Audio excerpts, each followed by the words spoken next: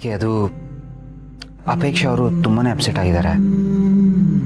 ಈ ಮನೇಲಿ ಒಂಥರ ತುಂಬಾ ಲೋನ್ಲಿ ಫೀಲ್ ಮಾಡ್ಕೋತಾ ಇದ್ದಾರೆ. ಐ ಮೀನ್ ಈ ನಡುವೆ ನಾನು ಆಫೀಸ್ ಕೆಲಸದಲ್ಲಿ ತುಂಬಾ ಬ್ಯುಸಿ ಇರ್ತಾ ಇದ್ದೀನಿ. ಸೊ ಅವ್ರಿಗೆ ಟೈಮ್ ಕೊಡೋಕೆ ಆಗ್ತಾ ಇಲ್ಲ. ಐ ಮೀನ್ ಅದಕ್ಕೆ ನಾನು ಏನು ಮಾಡಲಿ? ಈ ಕಡೆ ನಾನು ಆಫೀಸ್ ಕಡೆ ಫೋಕಸ್ ಮಾಡಲಾ ಅಥವಾ ಅವ್ರ ಕಡೆ ಫೋಕಸ್ ಮಾಡಲಾ? ನಂಗೆ ಗೊತ್ತಾಗ್ತಾ ಇಲ್ಲ. I am really tensed. ಇದನ್ನು ಹೇಗೆ ಹ್ಯಾಂಡ್ಲ್ ಮಾಡೋದು ಅಂತಾನೆ ನಂಗೆ ಗೊತ್ತಾಗ್ತಾ ಇಲ್ಲ. ಅಲ್ಲ, ಅಪ್ಪಿಗೆ ಯಾಕೆ ಹೀಗೆ ಅನಿಸ್ತಿದೆ ಅಂತಾನೆ ನನ್ಗೆ ಅರ್ಥ ಆಗ್ತಿಲ್ಲ. ಇನ್ಫ್ಯಾಕ್ಟ್ ಈ ಮನೇಲಿ ಅವಳಿಗೆ ಆ ಥರದ ಸಿಚುವೇಶನ್ ಇಲ್ಲ.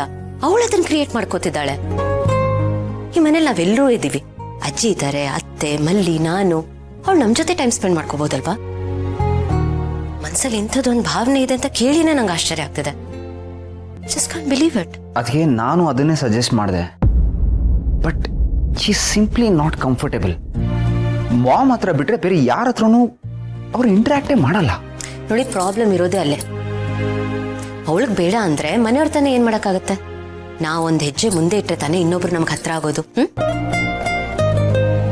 ನಾನು ಅವಳ ಜೊತೆ ಮಾತಾಡ್ತೀನಿ, ನೀವು ವರಿ ಮಾಡ್ಕೋಬೇಡಿ. ಸರಿ ಅದಕ್ಕೆ ಹೋಗ್ತೇನೆ.